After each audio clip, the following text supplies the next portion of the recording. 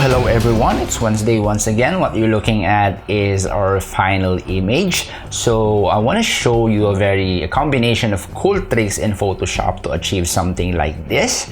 But this is very raw, and if you want to bring this to the next level, you would have to spend time fine-tuning and changing the colors and the textures. But I want to jump straight into how you can work on this in roughly 5 minutes. My name is Robert. I'm a content creator, and my passion is to help you become content creators. Okay, on my workspace, I have 3 documents here. So I have 2 photos that I've downloaded in pexels.com, and of course, I have a blank document where we would be doing all the drawings. So first, let's try to. I want to select a color. It's somewhere here in this red, and I'm gonna press P for pen and have to make sure that shape is selected and not path, so that when I draw here, I'm gonna be drawing a shape. So I'm just gonna try to draw a shape of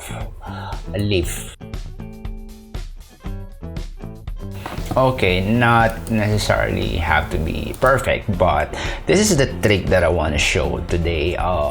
Using a combination of keyboard shortcut, we're gonna try to draw the wing part here. So first, I wanna make this look a little fancy. So what I'm gonna be doing is I'm gonna hit Command and click this layer here, so that you notice that the drawing was selected. So going to the Select menu, I'm gonna go and choose Modify. The goal is to make this shape selection smaller. So I'm gonna select Contract and probably 10 pixels smaller. So you would notice that my selection is now the same shape but smaller. So going back to my layer, what I'm gonna do is I'm gonna create a new layer, add the same color, and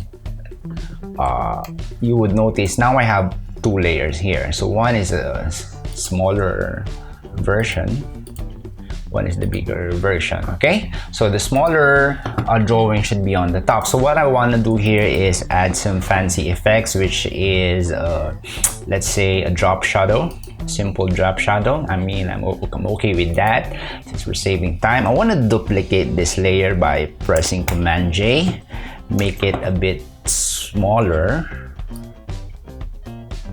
and just try to position this here.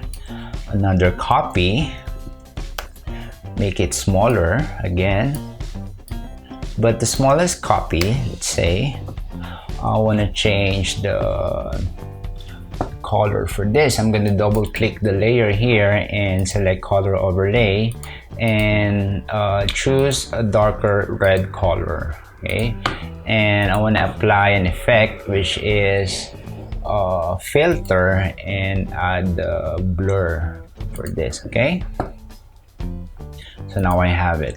So what I'm gonna do is I'm gonna just combine all these layers here and press Command E. The next step is to transform it. So as I press Command T, I want to move my anchor point to the bottom part of my drawing or my modified drawing. Then looking here at the toolbar, this is where we're going to be doing the magic. So I want it to rotate by 10 degrees. Adjust the scale 10% smaller, and move the drawing a bit by a few pixels, let's say 605. Okay, so I'm gonna press enter twice, and I'm gonna press Shift, Option, Command, and T and see what happens. The command was to repeat the transform. So this is where the drawing of the wings for the lady was designed in a matter of seconds. Now we see this image of the woman. So what I'm gonna do is I'm gonna drag this image and put it on top of our background image. So and just position it slightly here where I want her to stand. In the latest version of Photoshop, you would just have to click the remove background here in the properties panel. Once I click the remove background, you would notice, yep, the background is gone. with a click of a mouse. Okay, and now going back to my drawing, what I'm gonna do is I'm gonna select all the layers and hit Command A, and copy this and bring this under the image or the clear image of the lady, of the woman. Bring it down and resize. So now I have the wings here, and of course I need to duplicate this and just transform it facing the other side, which is flip horizontal.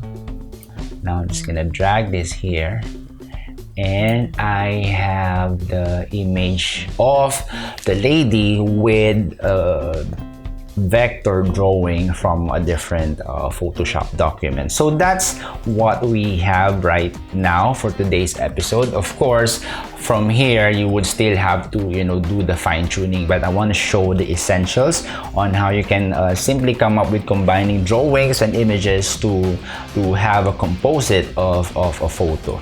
So thank you for watching, and if you haven't subscribed yet, please subscribe and share this video to any of your friends who would benefit from this. Hope to see you on my next videos.